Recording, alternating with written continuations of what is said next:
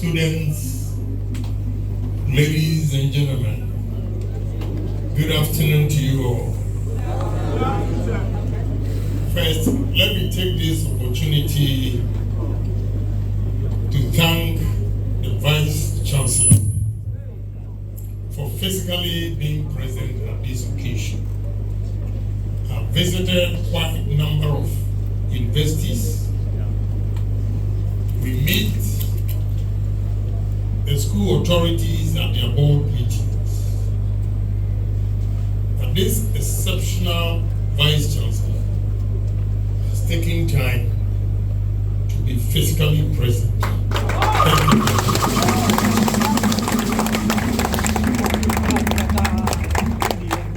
I also take the opportunity to thank the LSRC for organizing this program and also inviting me to speak on entrepreneurship. Today's work, I think, has been easy for me because the first speaker, the Reverend, when he delivered his address or speech, I asked myself, if we have this person on this campus, why then invite Agyapong? But I also thought that, look, variety is also important. Probably you wanted to hear and get new ideas also from me. But indeed, Reverend, thank you very much. You've tackled the topic.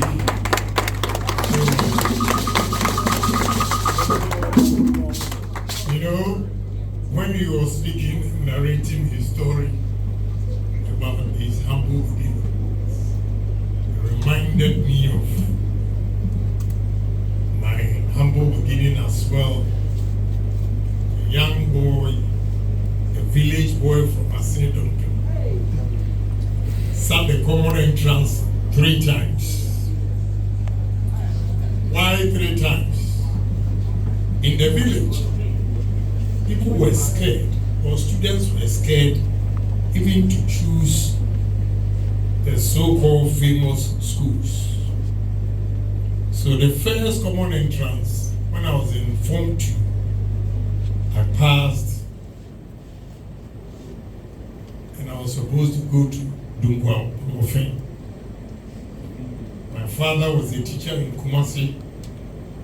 When he heard Agyapong, Honorable, forgive me, that's where he's from. My father said no. The second time, Form 3, I chose Agyapong. When I passed, he came back and said, no, you cannot go to Agyapong. I didn't understand. Then, when I was in Form 4, he came all the way from Kumasi to fill the common entrance forms. And there were 3 choices: first choice, second choice, third choice. And he wrote first choice at the Saturday College, second choice at the Saturday College, third choice at the Saturday College. Admission to the Saturday College. And when I went there, the first day,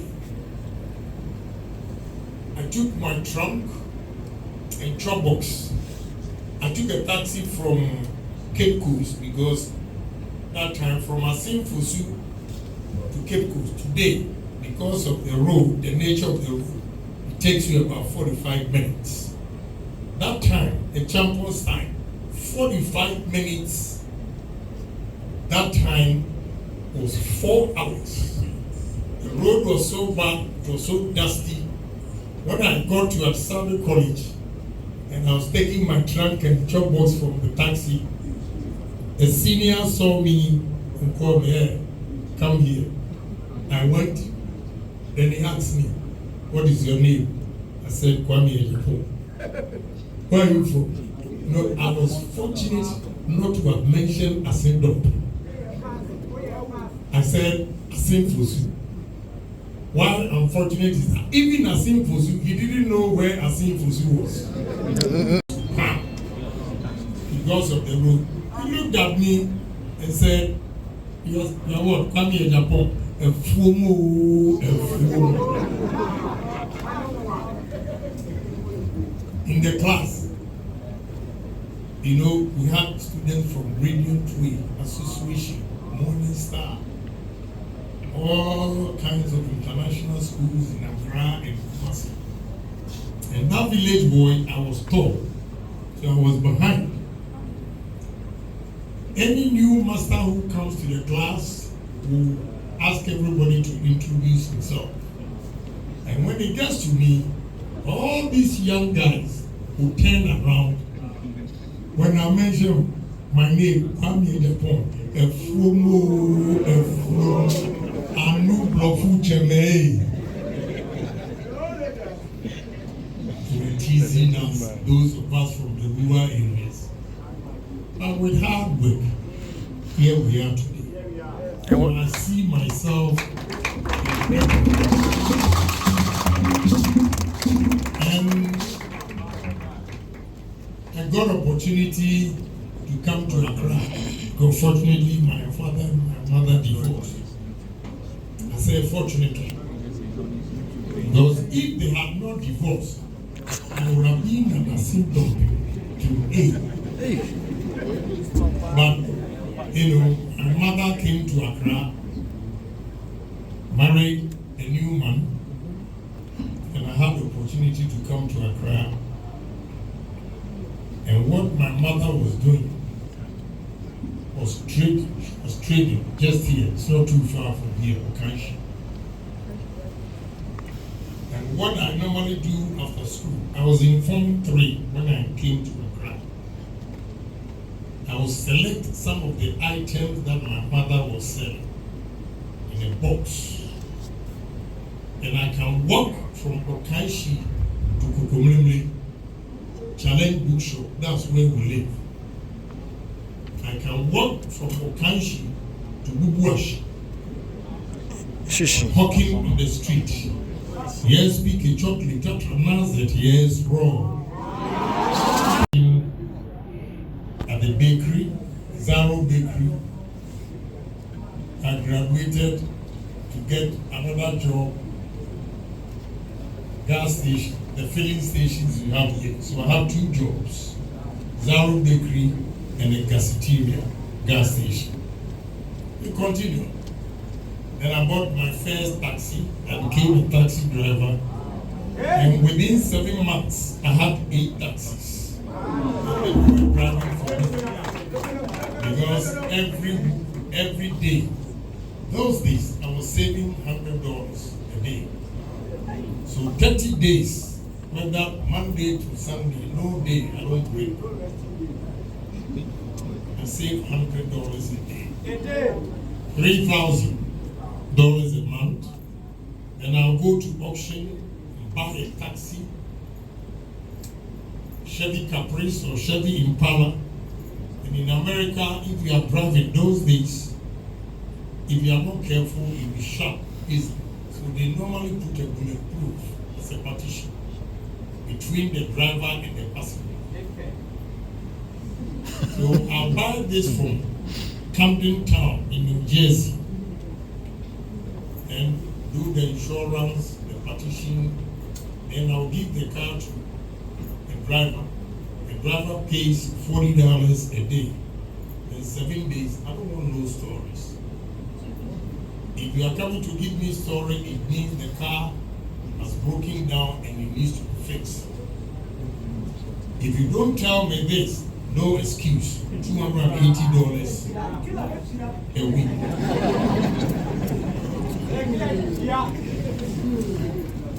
You know, so with 7 taxis, including mine, which was 8, I bought my first house for my mother at East Legon. Nice. At that time, I gave the money to Azuma Nelson and his manager, Mr. Asa. That time, they had thrown out my stepfather and my mother from their residence. where Jubilee House is. It was the Bruce Quarters. And they moved. So when I heard of it, I had saved $16,000. So I gave it to Azuma Nelson and his manager to come and make a deposit. And Mr. Assad did very well. He actually went around with my parents to look for a house for them. And the cost was $24,000 in 1988. Right. So when he called me and said, we'll have a place for your mother, I sent the 8,000 as well. So my first house in Ghana here was 1987. I was 27 years. Wow.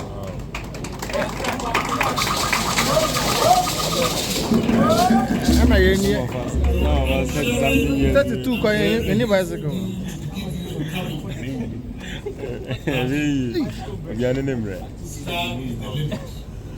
So many. Yeah. For speed up. Speed up. One day, in December, you go make it. Every individual here, wow, can be an entrepreneur. Yeah. Nobody is born entrepreneur. It's never true. But it is an individual's vision, individual's ambition, individual's dream that will make you become an entrepreneur. So what should be your dream and your strategy? I'll give you 4 and 5. 5 areas. And I've given it an acronym called GOSPA. G stands for goal. O stands for objective. S stands for strategy. P stands for planning. And A stands for activity. This should be a dream for any of the students here who wants to become an entrepreneur. Then I'll give you, before I come to the practical, let me give you or do a little academic exercise with you. You need, if you want to be an entrepreneur or entrepreneur, you should have certain qualities. And there are 7 qualities, which are 1, vision. 2, courage. 3, integrity. 4, humility. 5, foresight. 6, focus. And 7, cooperation. Let me touch on each a little bit. Who has a vision? The one who has a vision is the one who foresees the future and how it becomes to him. But I'm saying that, look, I have a vision. My vision is my dream. That one day I want to own businesses. And how I'm going to get these businesses done. I have to look into the future. I have to look for opportunities. Areas that are empty or you have vacuums. You fill those vacuums with your dreams. When we are able to do that and say that I was born and bred from a poor home, but I always made sure I turned around my negatives to be blessing. My negatives in life always gave me a challenge. When I fall, I say that I'm not going to fall again, and I'll rise up. This is how you have to psych your mind. The vision will come with a lot of challenges, but you need to be courageous. That's the second point. Courageous. Who are those people who have the courage? The ones who have the courage are the ones who are ready to take risk. Risk. The future belongs to those who are ready to take risk. The future does not belong to those security seekers. Who are those who can take risk? I can see this room because I smell money all the time. I smell money all the time. And therefore, wherever I go, I look at the environment, the atmosphere, and say to myself, like Reverend said, the vacuum, and I feel the vacuum. You might not know your profit today, but you take advantage of the situation and invest in it. You are better off than the one who always have money and who will put it in treasury bills. They are security seekers because they don't want to lose their money. They want a bank to manage what they have for them at an interest so that they'll be safe. Trust me. They will do well by taking care of their daily needs, but they cannot go out there because they are afraid to take risk. So those who take risk are going to be the entrepreneurs and will invite managers. There's a difference between an entrepreneur and a manager. A manager is the one who puts management together to run the business. An entrepreneur is the one who has the creative mind and vision and courage to establish the business with all the risk involved. If you want to succeed, young men and women present here, it's not rocket science. You have to be honest in your dealings with people. If you are not honest, I took over a company and the new suppliers wanted to